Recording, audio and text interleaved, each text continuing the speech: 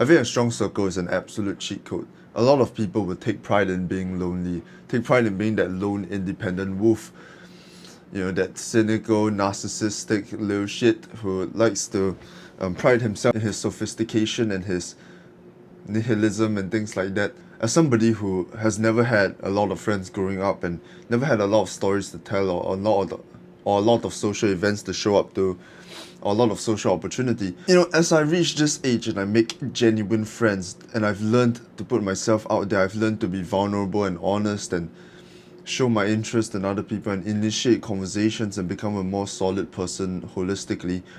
As I've made more friends, I've realized how important this is and how I truly cannot do the things I want to do alone. The dreams I aspire towards, the money I want to make, the phenomenal fantasy of that wonderful empire I want to build, the riches I want to accumulate. I can't do that all alone. As much as I want to think that, I want to do all this alone so that nobody can take credit for it, and then in the future I'll spit on all these people's faces because I'll have so much options that I wouldn't be lonely when I'm rich and famous. But nowadays, with the people around me, with the genuine friends who are honest with me and who are loyal to me and who defend me and who stand by my name, I now understand that having genuine friends and having a strong support circle, especially from your family as well, is just such a beautiful thing. And it's almost necessary. If not, it is necessary. I deal with hate comments on a daily basis, and these hate comments will talk about my appearance, call me ugly, insult my character, throw personalized attacks towards me for no reason at all, even though I have never done anything to them, but just speak my mind online. Now, people are very resistive towards expressive things. People hate change, and there are going to be a lot of people, especially when you start to stand for something that would willingly go against you just because. And you have to be ready for that if you want to do anything grand in this life. I always wanted to go at it alone. I always thought that when I'm rich and famous, then I'll have all the options that I want and never be alone again. But along this journey is exactly where I found the people that I really care about. And I was sitting down the other day and I realized that I'm really not going to be able to do any of this alone, and I don't have to. I was meditating a lot and I was thinking about the sheer amount of things I have to worry about, the amount of things I have to take care of if I have nobody around me, the amount of mental capacity it takes to tolerate all that hate comments, all these responsibilities. Like, if you think about it, as a conscientious person, the responsibilities you have in real life is endless. Needing to mediate for your family, needing to maintain relationships, needing to show up for this person and that person that you care about, then after that having to deal with the things along your path that you've selected. For example, for me, I want to become an educational content creator with a community. And doing that, I'm going to have a lot of people who would deliberately insult my character, who might even threaten me or my family in real life, and that's a terrifying thing to me. It is absolutely terrifying. And because I'm somebody who also seeks a lot of approval, which is a terrible habit, by the way, the magnitude of how these comments can affect me, no matter how good the good comments are, no matter how much rapport I get from certain people, it's a lot of weight to carry for me. And having to manage my community, having to manage my responsibilities in my CCAs, in my university, social events, my student council, it's a lot of weight to carry. And it's a lot of weight to carry. And imagine if I never had my father supporting me financially, or my mother supporting things around the household, or my sister supporting me emotionally and being present for me when I need it, and my close friends who are willing to have these honest communications with me, who are willing to stand by my side, honest with me when I'm wrong, and support me through the desires they know I have, and making sure I don't lose myself in the process. A lot of people hate the idea of self-esteem. They want to be completely alone. They're afraid of being vulnerable around other people, and they are afraid that they have to rely on other people for their emotional support. And they are afraid that they need other people to get things done. But the truth is, you really do. You need other people, if I'm being honest. If you want to achieve anything tangible of value, or create some sort of impact, you need other people around you, because there is just way too many things that you need to take care of. And there's no shame in getting help from other people. This is what we're put on this earth for. Other people serve different roles in our lives. And we have to be willing to accept those roles without thinking that we're burdening them or that we are being selfish for doing that, or even having this selfish thought that we will want the glory all to ourselves. Having been the guy fighting in solitary and trying to make things work on my own hands, trying to claim all the glory alone for it, trying to cut off everyone else and just focus on myself in my own room, versus bouncing my ideas off good friends and having people that work alongside me with their own aspirations, the difference is ridiculous. And let me teach you how to. Today we're going to talk about how to escalate our relationships, how to get more close friends, how to build more high quality connections, and how to have more honest communication. There's two things that could be difficult for you. You feel disconnected amongst people around you, or you just don't have enough options because you lack the courage to initiate conversation. Today we're going to talk about the disconnect with other people and how to escalate that relationship. Because I think on the other side, lacking enough options and just being somebody who is socially anxious and incredibly fearful and shy and doesn't put themselves out there, you know the clear solution to that is to put yourself out there and face discomfort and to start to initiate conversations slowly and build up your resilience and mental health from there and increase your social proof. We already know the basics and fundamentals of that, but if you look at disconnect with other people, let's say we already have the options, we already have the social situations and the social environment, we already have the shallow friends around us that we would want to be closer to, but we always feel kind of disconnected amongst them, even though we're right next to them. And this disconnect fundamentally comes from your fear of being vulnerable, your fear of having honest communication, your fear of initiating interest, and perhaps you are seeking approval and you have a large fear of abandonment or some sort of attachment issue that is affecting your chances of improving your relationship with this person. So what you want to do first is identify your biggest problem. The reason you feel disconnected with other people, is it because you lack the ability to relax in your own skin when you're around them?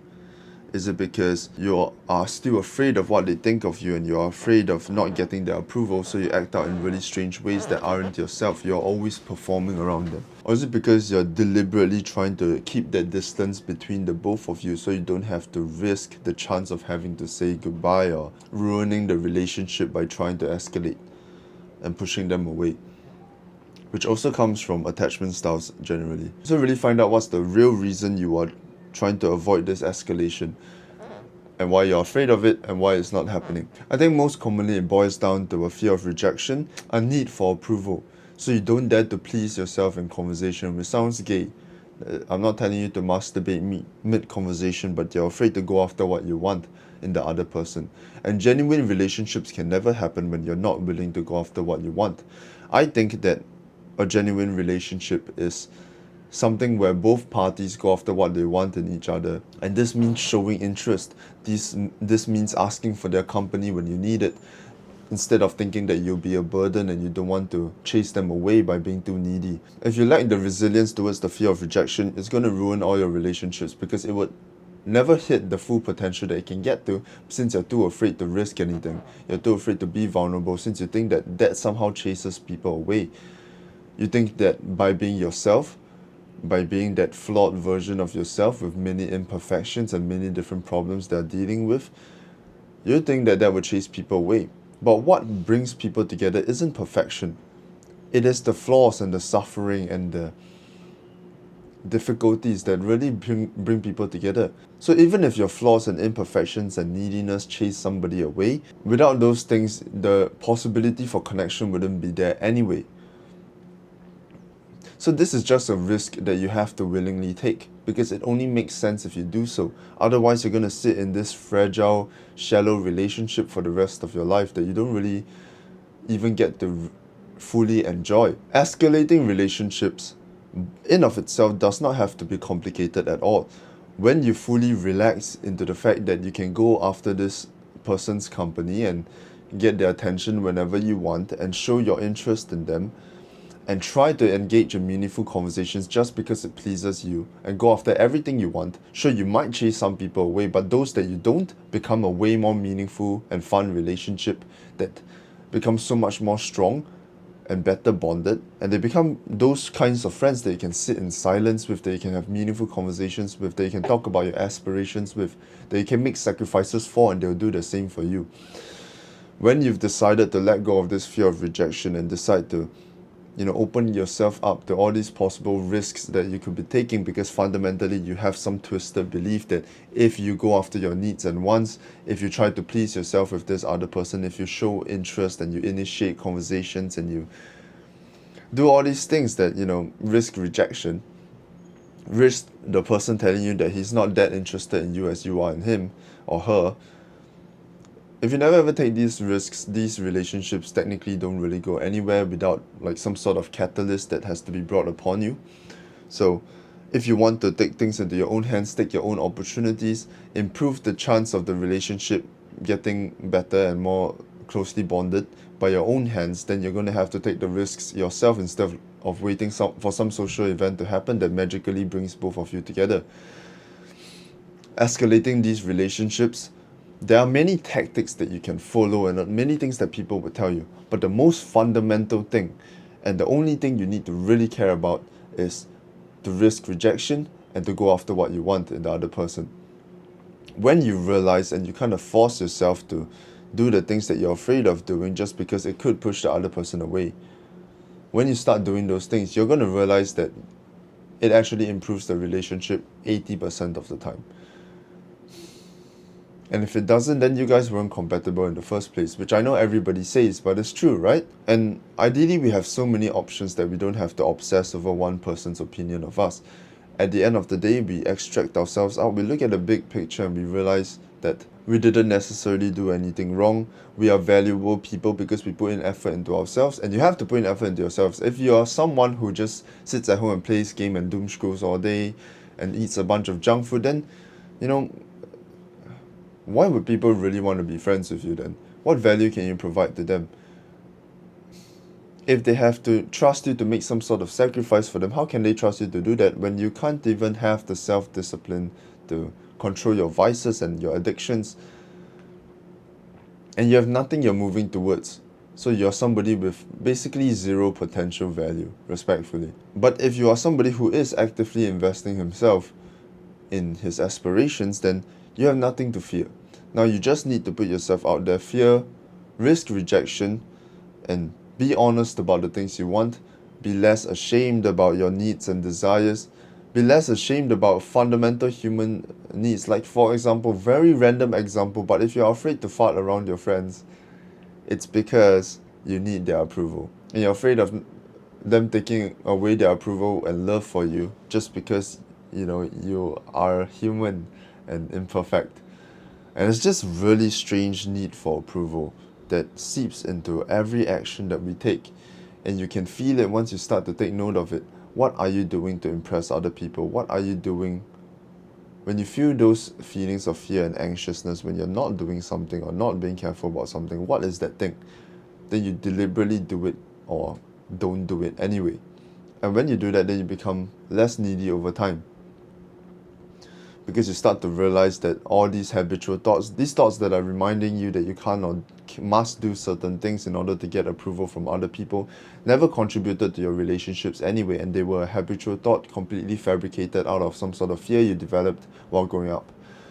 So if you want genuine relationships, if you want a strong support circle, what you're going to have to do is improve your options and then go after what you want from the relationship and take that risk. That's really all you need to do. And if you try to do that with every action you take, with every choice you make in terms of within that relationship with the other person, maybe 10% chance they will leave you and you won't be compatible, but 90% of the time you're going to realize that the relationship becomes closer, or you find out that you don't like them. And you find out that you don't have to obsess over impressing them or getting their approval, but they should be also trying to get your approval and trying to impress you, not you having to sacrifice who you are in order to impress them. You look at them as well and you say, does this person bring me value? Do I need this person's approval? Anyway, don't ever start thinking that being alone is better. Don't ever start thinking that you're an introvert and that's why you can't make relationships. Don't ever start thinking that, you are just born this way and you are shy, so you're never going to have the genuine relationships you want. And don't ever think that it is pure luck that other people have genuine relationships and you don't. Put yourself out there. Stop being so cynical and pissed off and resentful. Show your interest. Don't be afraid of it. The more you avoid it, the more angry you're going to get. the more scarce your opportunities are gonna be. So turn that screw, put yourself out there, risk that rejection, go after what you want in the other person. You got this. I love you. Oh yeah, and also I have a free community link in the description below if you want to join. So better. Yeah.